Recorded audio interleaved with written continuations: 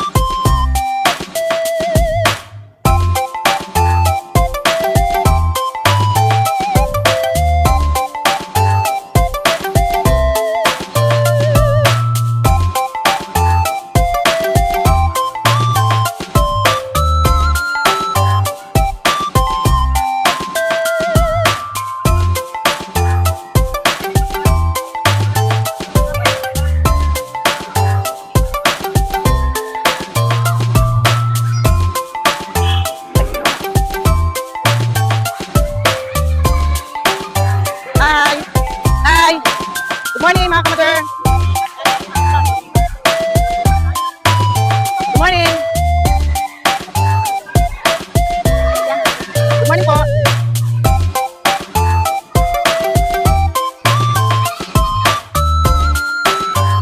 Ako naimbitahan dito ng mga guardians para mag-vlog sa kanila.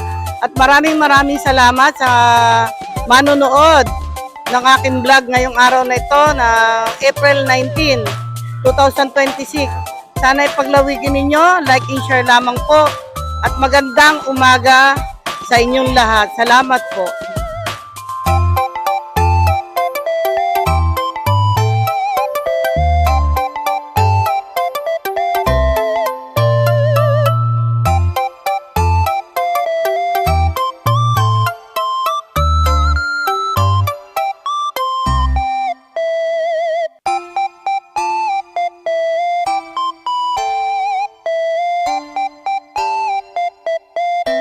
Naman ang masasabi mo sa inyong samahan ng community ng Guardians dito sa Ibabang Iam?